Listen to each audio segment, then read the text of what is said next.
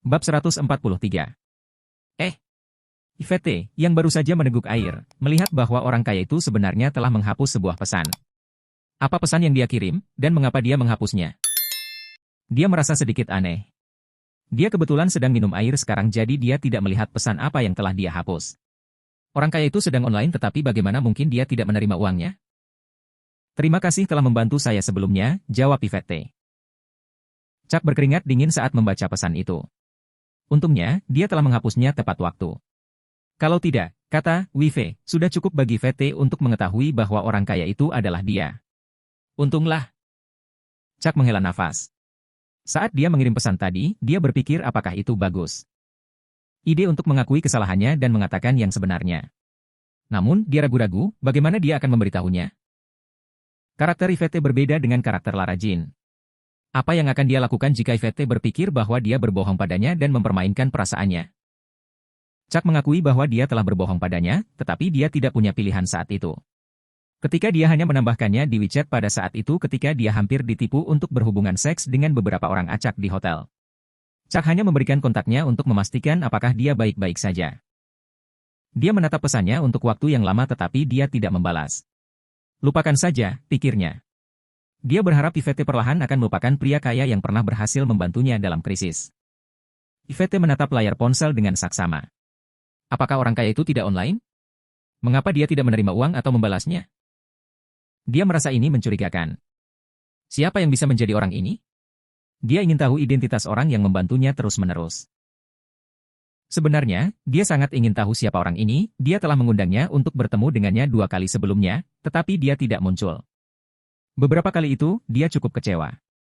Tapi sekarang, Yvette menggelengkan kepalanya dan pergi ke alun-alun, siap untuk pergi ke perusahaan. Dia harus membuat uang sesegera mungkin atau dia akan mengalami kesulitan membayar kembali bunga setiap bulan. Yvette tahu bahwa dia harus menghadapi konsekuensi yang mengerikan jika dia tidak bisa membayar rentenir tepat waktu. Ketika melewati kantor Yolanda Lane, Yvette benar-benar ingin masuk dan melihat apakah Chuck melakukan sesuatu dengan Yolanda, tetapi dia tidak mengumpulkan keberanian untuk masuk. Bagaimana jika mereka benar-benar melakukannya? Kemudian, Yvette menghela nafas dan kembali ke perusahaannya. Dia mulai berkonsentrasi pada urusan perusahaannya tetapi dia tidak bisa menghapus bayangan suaminya yang bermain-main dengan orang lain dari benaknya. Dia gelisah dan terus kehilangan konsentrasi. Saat itu, teleponnya tiba-tiba berdering. Yvette terkejut. Mungkinkah itu suaminya Chuck? Tetapi, ketika dia melihat bahwa itu adalah milik Queenie Carson, dia sedikit kecewa. Ketika dia menjawab telepon, suara tangisan Queenie terdengar jelas, Guru Jordan. Yvette segera berdiri. Semenit kemudian, Yvette berlari keluar dari perusahaan dan terlihat sangat cemas. Tepat pada saat itu, Chuck dan Yolanda sedang membicarakan sesuatu di koridor, sepertinya sedang mendiskusikan pekerjaan mereka.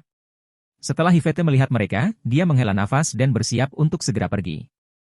Namun, dia memperhatikan bahwa tidak ada perilaku ambigu yang terjadi antara Chuck dan Yolanda. Sepertinya mereka benar-benar hanya berbicara tentang bisnis alun-alun. Melihat Chuck dari kejauhan, dia menyadari bahwa dia benar-benar telah banyak berubah. Dia terlihat lebih tenang dan tenang saat berbicara, dan setiap tindakan yang dia lakukan terlihat elegan. Sangat disayangkan bahwa orang yang berdiri di sampingnya adalah Yolanda Lane yang cantik dan bukan dia. Yvette ragu-ragu sejenak sebelum berjalan mendekat. Membuang. Chuck menoleh dan menatap Yvette dengan rasa ingin tahu. Apa yang salah? Sebenarnya, dia agak gugup. Apakah Yvette datang untuk menemukannya karena pesan itu? Apakah kamu bebas? Yvette bertanya dengan hati-hati. Ya, ada apa? Melihat tatapan seriusnya, Chuck langsung setuju tetapi diam-diam lega karena rahasianya masih aman. Well, aku akan meninggalkan kalian berdua dulu. Yolanda tersenyum dan kembali ke kantornya. Yvette memperhatikan saat dia pergi dan menggeser posisinya dengan tidak nyaman. Dia ragu-ragu beberapa saat sebelum bertanya, apakah yang dikatakan Lara benar-benar benar? Ada apa, istriku, kata Chuck. Queenie baru saja meneleponku dan memberitahuku bahwa sesuatu telah terjadi, jadi aku. Yvette terdiam. Kalau begitu, ayo pergi. Chuck mengangguk. Faktanya, ketika Queenie pergi kemarin, Chuck merasa ada sesuatu yang terjadi. Jika tidak, Yvette tidak akan memberi Queenie $10.000. Apalagi ujiannya besok. Jika dia tidak kembali besok, dijamin dia tidak akan kembali. Namun, Queenie malah memanggil Yvette. Dia hanya mencoba untuk memberitahunya bahwa dia tidak ingin dia melakukan apapun untuknya hanya karena apa yang terjadi malam itu. Chuck menghela nafas. Dia terlalu polos. Apakah itu akan mengganggu pekerjaanmu? Tanya Yvette. Tidak akan, jawab Chuck. Oke. Mereka berdua segera turun ke bawah. Ketika mereka tiba di tempat parkir, Yvette menyalakan aplikasi navigasi di ponselnya dan mereka berdua pergi ke rumah Queenie. Setelah mereka berdua pergi, Zelda datang untuk mencari Chuck. Dia ada di sini untuk melihat-lihat toko. Namun, ketika dia tiba di kantor Yolanda, dia tidak melihatnya. Jadi dia bertanya, di mana Chuck? Dia pergi dengan guru Jordan, kata Yolanda, apakah kamu di sini untuk melihat-lihat toko? Aku yang akan memimpin. Oke. Zelda mengangguk, merasa sedikit kecewa. Dia mengikuti Yolanda ke toko. Dia sedang mempertimbangkan apakah akan membuka restorannya di sini. Lagi pula, mungkin akan sedikit canggung bagi mereka untuk bertemu terus-menerus. Namun, dia menyukai tempat ini, jadi dia masih ingin datang dan melihatnya. Jika tempatnya baik-baik saja, dia tidak akan keberatan membuka restorannya di sini karena dia di sini untuk menghasilkan uang dan bukan untuk melakukan hal lain. Namun, dia tetap tidak yakin dengan pikirannya sendiri. Apakah dia murni mencoba berbisnis di sini? Jika tidak, mengapa dia kecewa ketika dia tidak melihat Chuck? Dia menghela nafas berat. Dia tidak memberikan dirinya kepada Chuck atau membiarkannya menyentuh tubuhnya. Meskipun dia membantunya 2 kali, mereka tidak memiliki banyak kontak fisik dalam prosesnya, jadi bagaimana dia bisa jatuh cinta padanya? Dalam perjalanan, Yvette menjelaskan apa yang terjadi pada keluarga Queenie secara detail. Queenie memiliki kehidupan yang sulit. Orang tuanya meninggal beberapa tahun yang lalu, meninggalkan adik perempuannya dan dia. Mereka tinggal di rumah bibinya, dan mereka telah diperlakukan dengan buruk sejak kecil. Queenie hanya bisa pergi ke sekolah karena dia memohon bibinya berlutut dan berjanji untuk membayar 2 kali lipat setelah dia lulus dan mulai bekerja. Selama kuliah, Queenie tidak pernah meminta biaya hidup kepada bibinya dan membayar semuanya menggunakan uang hasil jerih payahnya dari pekerjaan paruh waktu. Meskipun demikian, beberapa hari yang lalu, bibi Queenie menelepon dan tiba-tiba memintanya untuk berhenti belajar. Dia ingin Queenie kembali dan menikah karena seseorang sudah memperhatikannya. Apalagi bibinya bahkan sudah menerima mas kawin. Queenie menolak untuk kembali. Namun, saudara perempuannya masih berada di rumah bibinya. Dia mengancam Queenie bahwa dia akan memukuli adiknya sampai mati jika Queenie tidak kembali. Queenie selalu sangat menyayangi adiknya, jadi bagaimana dia bisa tega meninggalkan adiknya dalam bahaya? Oleh karena itu, Yvette memberinya $10.000 untuk mengembalikan mas kawin, tetapi itu tidak cukup. Sesuatu yang lain muncul dan dia tidak punya pilihan selain memanggil Yvette untuk meminta bantuan. Setelah mendengar ini, Chuck juga sedikit kesal. Dia mengira Queenie memiliki kenangan buruk tentang keluarganya, tetapi dia tidak pernah berharap itu menjadi seburuk ini. Chuck menghela nafas. Queenie terlalu menyedihkan. Queenie bersembunyi dan melihat sekeliling dengan cemas di persimpangan jalan. Dia benar-benar tidak punya pilihan selain memanggil Yvette setelah menyelinap keluar. Dia baru berusia 19 tahun dan berada di tahun pertama kuliah, jadi dia tidak ingin menikah seperti ini, jika tidak hidupnya akan hancur. Meskipun ini, seorang wanita yang tampak kejam tiba-tiba muncul di belakang Queenie dan menarik rambutnya. Queenie jatuh ke tanah. Dia menangis dan menangis, "Bibi, tolong berhenti, ini sakit." Wanita itu mengangkat tangannya dan menamparnya, "Kamu seharusnya bersyukur bahwa Tuan Chadi memperhatikanmu. Namun kamu masih menolak pernikahan dan ingin mengembalikan mas kawinnya. Tidak mungkin.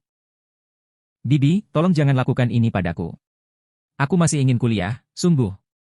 Queenie memohon dengan getir. Namun, wanita itu menamparnya lagi. "Diam. Aku memberimu rumah, makanan enak, dan pakaian hangat. Namun, kamu menolak pengaturanku untuk pernikahan dan masa depanmu? Kamu sama tidak tahu berterima kasihnya dengan orang tuamu." "Bibi, tolong jangan bicara buruk tentang orang tuaku," kata Queenie.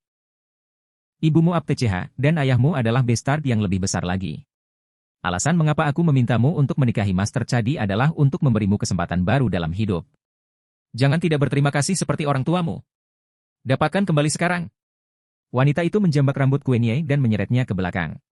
Dia menangis dan memohon tetapi wanita itu mempertahankan cengkramannya yang kuat dan menolak untuk melepaskannya. Queenie melihat ke persimpangan di kejauhan sambil menangis. "Guru," pikirnya, "tolong datang dan selamatkan aku." Bab 144. Queenie Carson berjuang dan bibinya dengan tidak sabar menamparnya lagi. Queenie menggigit bibirnya dan menangis. Wajahnya sudah bengkak. Jadilah baik dan nikahi Tuan Cadi seperti yang saya katakan. Bahkan jika Anda tidak setuju, Anda harus setuju. Toh bukan terserah Anda untuk memutuskan, bentak bibinya. Bibi, tolong kembalikan mas kawin yang dia berikan. Aku mohon. Setelah aku lulus kuliah, aku akan mengembalikan uangmu 2 kali lipat. Bibi.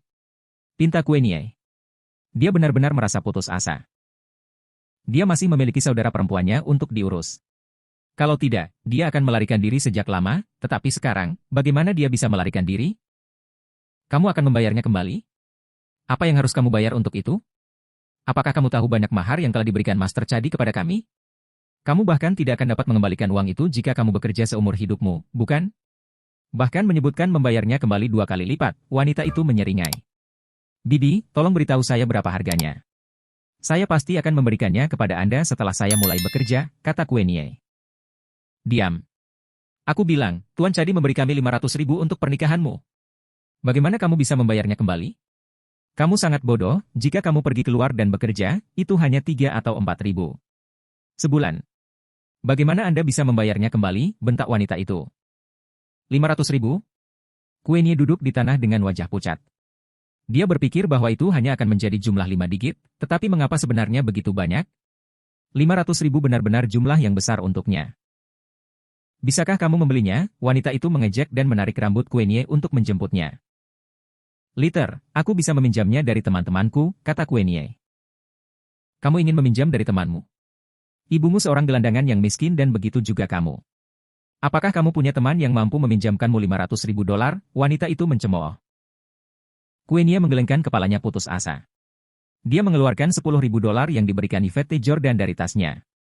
Bibi, saya bisa memberi Anda 10.000 dulu dan saya akan membayar Anda kembali perlahan. Tolong kembalikan mas kawinnya. Wanita itu segera meraih uang itu ke tangannya dan terkikik. Dari mana kamu mendapatkan 10.000 dolar? Apakah kamu melakukan sesuatu di belakangku? Jika kamu tidak perawan lagi, kamu akan melihat bagaimana aku berurusan denganmu. Bibi, ini yang dipinjamkan oleh guruku, kata Kuenie cemas. Guru? Guru macam apa yang akan meminjamkan 10.000 kepada seorang siswa? Kamu pikir aku bodoh? Tidak peduli bagaimana kamu mendapatkan uang ini, aku akan mengambil 10.000 ini. Aku akan mengambilnya sebagai pembayaran biaya hidup adikmu untuk sekolah. Beberapa tahun terakhir, katanya dan memasukkan uang itu ke dalam tasnya. Tidak, Bibi, ini yang dipinjamkan oleh guruku. Tidak. Kuenie sangat khawatir hingga dia menangis. Dia tidak hidup dari bibinya dalam beberapa tahun terakhir. Dia bekerja paruh waktu setiap hari dan dia bahkan membayar bibinya setiap bulan untuk biaya hidup saudara perempuannya. Bagaimana bibinya bisa mengambil uang yang dipinjamkan guru Jordan padanya? Wanita itu menampar wajah Kuenie dan berteriak dengan marah, lebih baik memelihara anjing daripada membesarkanmu. Kamu telah tinggal bersamaku selama beberapa tahun, tetapi kamu bahkan tidak mau memberiku 10.000 dolar. Kamu benar-benar orang yang tidak tahu berterima kasih.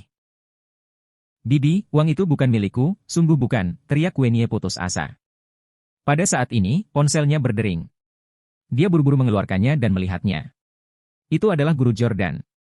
Dia terkejut melihat panggilannya, dan dia ingin mengangkat telepon, tetapi telepon itu direnggut.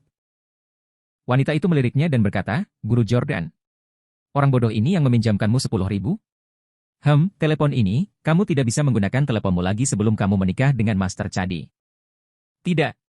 Kuenie menjerit. Setelah mengatakan ini, wanita itu mematikan telepon Kuenie. Dia meraih Kuenie dan pulang.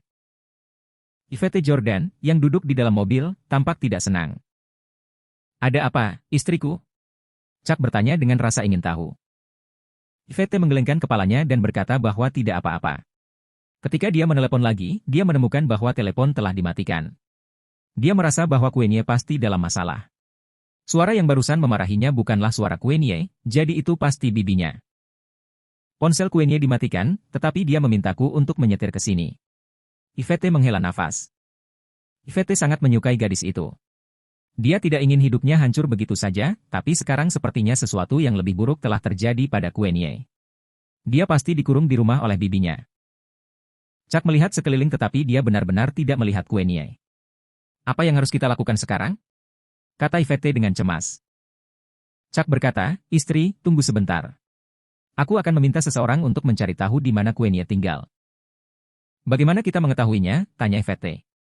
Apakah begitu mudah untuk menemukan rumahnya? Aku akan menelepon. Chuck mengeluarkan ponselnya, membuka pintu mobil dan keluar. Dia menemukan nomor telepon Betty dan meneleponnya. Yvette hanya melihat Chuck di luar mobil. Dia diam tapi penasaran. Suamiku, siapa yang kamu panggil? Dia pikir. Segera, Chuck kembali dalam waktu kurang dari 1 menit. Yvette sangat terkejut. Istri, tunggu sebentar. Dia akan meneleponku kembali, kata Chuck bahwa Queenie berasal dari keluarga biasa, jadi lebih mudah untuk memeriksa detailnya.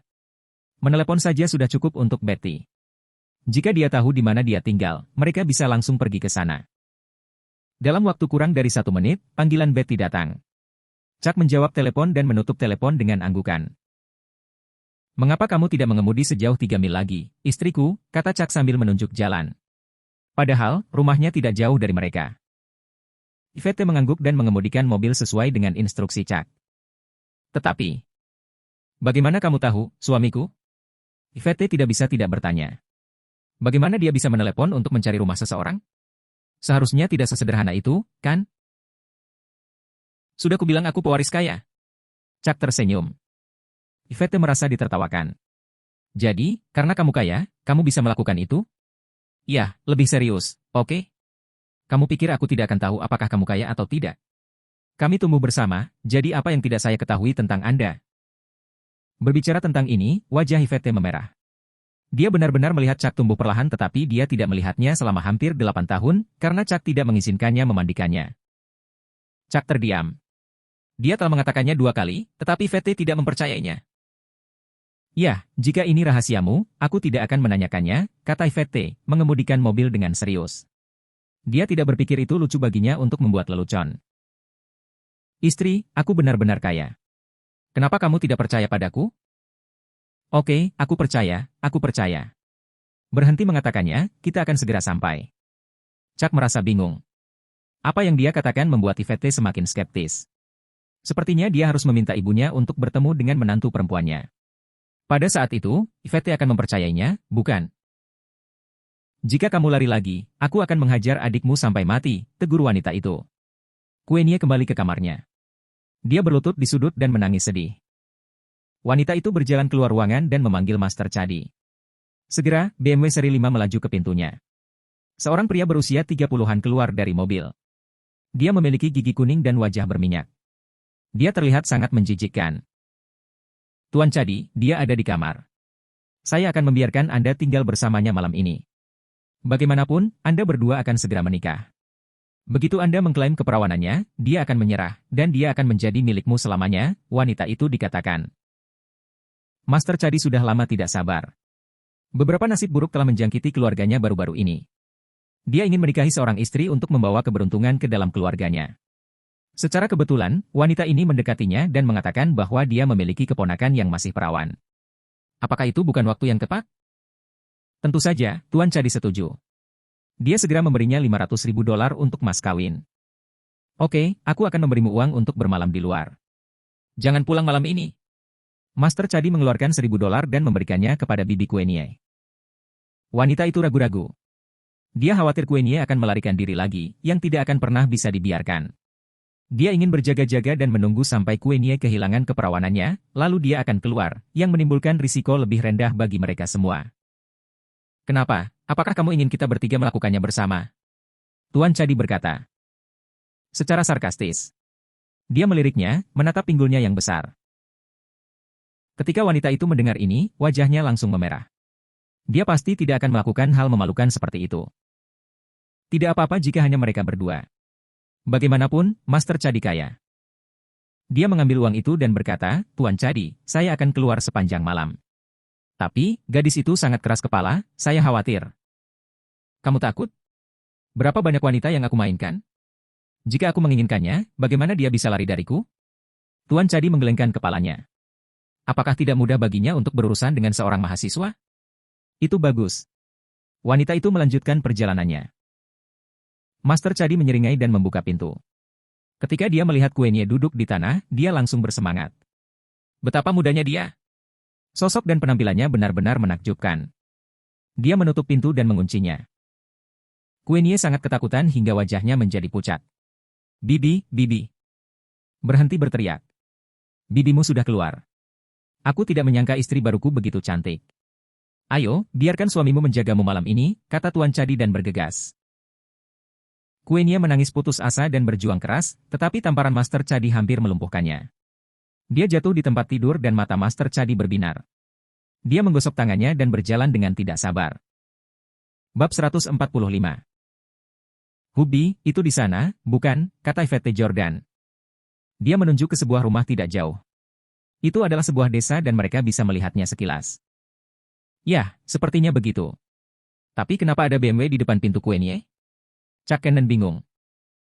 Apakah kamu tidak tahu cara mengemudi dengan benar? Seorang wanita berteriak dengan marah. Yvette terkejut. Dia hanya melihat sekeliling dan dia tidak menyadari bahwa ada seseorang. Maaf. Chuck berkata dengan tergesa-gesa. Wanita itu mendengus marah. Mereka beruntung bahwa mereka tidak memukulnya. Kalau tidak, dia akan membuat mereka membayar sejumlah besar uang. Dia pergi dan terus berjalan ke depan. Hubi. Yvette tiba-tiba membeku, suara wanita itu begitu akrab, terdengar seperti suara yang dia dengar ketika dia baru saja menelepon Quenya. Apakah ini Bibi Quenya? Ada apa? Apakah kamu ingin pergi dan memberinya beberapa tendangan? Tidak ada yang akan melihatnya karena hari sudah gelap. Chuck berpikir bahwa Yvette tidak senang dimarahi oleh seseorang. Tidak, aku yang salah barusan. Hubi, kurasa dia Bibi Quenya. Yvette berkata dan menghentikan mobil. Chuck terperanjat. Dia membuka pintu mobil dan berjalan keluar. Dia segera berteriak, "Hei, berhenti!" Mereka mendengar suara makian wanita itu. Chuck tidak tahan. Dia segera berlari. Tidak bisakah kamu menghormati orang lain? Izinkan saya bertanya, apakah Anda Bibi Quenya? Siapa kamu? Oh, aku tahu, apakah kamu guru yang memberi Quenya $10.000? Wanita itu menyeringai. Chuck mengerutkan kening. Di mana Quenya? Apa pedulimu padanya? Sial, teriak wanita itu marah.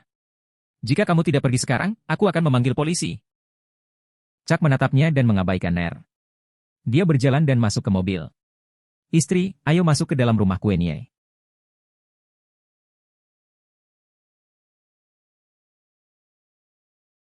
Yah, apa yang kamu lakukan? Yvette merasa ngeri. Bibi Quenya tiba-tiba berlari menyeberang dan berdiri di depan mobil. Ketika Yvette hendak menyalakan mobil, dia hampir menabraknya. Chuck kesal. Pergi. Apa yang kamu lakukan? Dia melihat BMW di kejauhan. Wanita ini berusaha menghentikan mereka. Mungkinkah? Chuck memikirkan sesuatu dan dia mulai panik. Istri, injak pedal gas. Hubi, aku tidak berani, aku tidak. Yvette menggelengkan kepalanya. Wanita itu sedang memaki dan dia bersandar di kap mesin, jadi Yvette tidak berani menginjak pedal gas. Aku akan melakukannya. Chuck ingin menangkap Yvette. Yvette berteriak, Hubi, jangan, Yvette tiba-tiba menginjak pedal gas. Saat mesin menderu, wanita yang bersandar di kap mesin terkejut saat dia jatuh ke samping dengan teriakan. Yvette mengambil kesempatan untuk mengemudikan mobil ke depan. Chuck juga ketakutan karena akselerasinya terlalu kuat dan mobilnya melaju begitu saja. Mobil itu melaju dengan cepat. Sebelum berhenti, Chuck membuka pintu dan bergegas masuk ke dalam rumah. Ketika dia mendengar suara di dalam ruangan, dia segera menendang pintu dan melihat bahwa Quenya ada di dalam kamar. Pakaiannya berantakan total dan ada seorang pria yang telah melepas celananya, hendak melakukan sesuatu padanya. Chuck sangat marah. Dia meraih kursi dan melemparkannya ke pria itu. Kursi terbelah. Master Cadi berteriak saat dia jatuh ke tanah. Chuck, boho. Quenya, yang sedang berbaring di tempat tidur, melompat turun dan tidak bisa menahan air matanya. Dia bergegas ke pelukan Chuck. Tidak apa-apa, kata Chuck. Dia pasti tidak akan menatapnya. Quenya tercengang, ketika dia mendengar suaranya, dia sadar. Dia menangis karena dia sangat ingin Chuck datang sekarang. Namun, dia tidak memberitahu Chuck di mana dia berada. Bagaimana dia menemukannya? Namun, ketika dia putus asa, orang ini muncul. Dia adalah Chuck. Dia mengenakan pakaiannya sambil menangis tetapi dia melihat Master Cadi bangkit dari tanah, meraih kursi lain dan melemparkannya ke Chuck. Beraninya kau mengalahkanku? Chuck. Quenya berteriak. Chuck langsung bereaksi. Dia berbalik dan mengangkat tangannya untuk memblokir kursi, tetapi itu sangat menyakitkan sehingga dia meringis, lengannya hampir patah. Chuck menendang Master Cadi dan dia jatuh ke tanah kesakitan. Master Chadi berteriak seperti anjing mati sementara Kuenye benar-benar terkejut. Chuck tiba-tiba merasakan sakit pada ieknya. Dia digigit oleh Master Chadi. Keringat dingin keluar dari dahi Chuck. Dia menendang Master Chadi beberapa kali dan kemudian Master Chadi bangkit dari tanah dan berlari keluar. Dia mengutuk Chuck sambil melarikan diri, "Kamu tunggu aku membalas dendam padamu." Dia berlari keluar setelah mengatakan itu. Chuck sangat kesakitan sehingga dia hampir jatuh berlutut. Master Chadi itu seekor anjing, bukan? Dia bertanya-tanya apakah kakinya berdarah. "Sialan! Kuenye, pakai bajumu." Chuck tertatih-tatih dan mengejarnya. Dia tidak bisa membiarkannya melarikan diri dengan mudah. Hari ini, dia harus mematahkan anggota tubuhnya.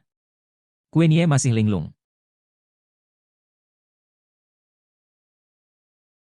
Kuenye masih linglung. Apakah dia benar-benar diselamatkan dari Master Chadi? Dia melihat celananya yang robek. Dia menjerit dan bergegas mengenakan pakaiannya. Chuck tertatih-tatih keluar dari ruangan dengan kursi di tangannya. Master Chadi sudah berada di dalam mobil. "Hubby, apakah dia memukulmu? Beraninya dia memukul suamiku? Dan dia akan kabur?" Yvette marah. Bagaimana dia bisa memukuli Hubby-nya? Sebelum Chuck bisa berbicara, dia melihat wajah Yvette menjadi dingin. Dia tiba-tiba menginjak pedal gas dan mesin menderu hidup. Mobil Yvette menabrak bagian belakang BMW Master Chadi saat dia menyalakan mobil, yang membuatnya takut setengah mati. Mobil Yvette menabrak mobilnya dan menabrak dinding. Mobil Yvette hancur, dan mobil Master Chadi lebih buruk. Keduanya rusak parah. Chuck terperangah. "Ini, istriku sangat kuat." Dia benar-benar menghentikan Master Chadi dari melarikan diri. Padahal, mobil ini, bukankah itu benar-benar rusak? "Beraninya kamu menabrak mobilku. Apakah kamu ingin mati?" Master Chadi mengutuk saat dia turun dari mobil. Dia memegang parang di tangannya. Dia baru saja akan mendapatkan tubuh Kuenye dan tiba-tiba terganggu. Apalagi dia dipukuli. Dia sudah kesal tetapi sekarang mobilnya rusak, dia akan membunuh. Master Chadi menebas bagian depan mobil Yvette dengan parangnya. Yvette tercengang dan dia duduk di dalam mobil, tidak tahu harus berbuat apa. Bagaimana bisa Chuck mentolerir istrinya diganggu? Dia melemparkan kursi ke arah pria kotor itu. Master Chadi berteriak kesakitan. Dia dipukul dan dia jatuh ke tanah. Chuck meninju dan menendangnya. Setelah beberapa pukulan, Master Chadi berteriak kesakitan dan memohon belas kasihan. "Jangan pukul aku, tolong jangan." Master Chadi memohon. Chuck menendangnya beberapa kali lagi. Betapa brengseknya dia. Jika dia sedikit terlambat, bukankah Kuenye sudah ternoda olehnya? "Ah, apa yang kamu lakukan?" Bibi Kuenye bergegas mendekat dan mengangkat tangannya untuk menampar bagian belakang kepala Chuck. Dengan pukulan, Chuck hampir pingsan. Dia tersandung dan hampir jatuh. Bibi Kuenye membantu Tuan Chadi berdiri. Dia adalah dewa kemakmurannya. "Apa yang kamu lakukan? Beraninya kamu mengalahkan Tuan Chadi?" Wanita itu marah. Dia berpikir bahwa pernikahannya akan berhasil jika Tuan Chadi mendapatkan tubuh Kuenye hari ini. Namun, ada dua orang yang bergegas entah dari mana dan mengalahkan Master Chadi. Dia marah, keduanya tidak takut mati. "Biar ku beritahu kalian semua, apakah kalian berdua tidak berani pergi hari ini? Kenapa kalian berdua tidak mencari tahu siapa Master Chadi sebelum datang? Beraninya kalian membuat keributan seperti itu?" Wanita itu mencemooh. Chuck terkekeh. Apakah dia perlu mendengarkannya? Mereka akan diurus dengan satu panggilan telepon darinya. Wanita itu memelototi Kuenye. "Apa yang kamu lakukan? Tuan Chadi ingin tidur denganmu karena dia sangat memikirkanmu. Mengapa kamu berpura-pura menjadi orang suci? Jika bukan karena usia tuanya, jika Tuan Chadi menginginkannya, dia pasti sudah berganti pakaian dalam dan menunggunya di tempat tidur. Bagaimana Kuenye bisa begitu tidak tahu berterima kasih?" "Diam," kata Chuck. Dia benar-benar ingin menendang wanita ini sampai mati. Bagaimanapun, Kuenye adalah kerabatnya. Bagaimana dia bisa memperlakukan Kuenye seperti ini hanya demi uang? "Apa alasanmu memintaku untuk diam?" "Aku." Wanita itu mengutuk, tapi Yvette bergegas mendekat dan menampar wajahnya. "Beraninya kau memarahi suamiku? Pergilah ke neraka." Wanita itu jatuh ke tanah. Chuck dan Kuenye tercengang. "Apa? Chuck adalah suami guru Jordan?" Ratu berpikir.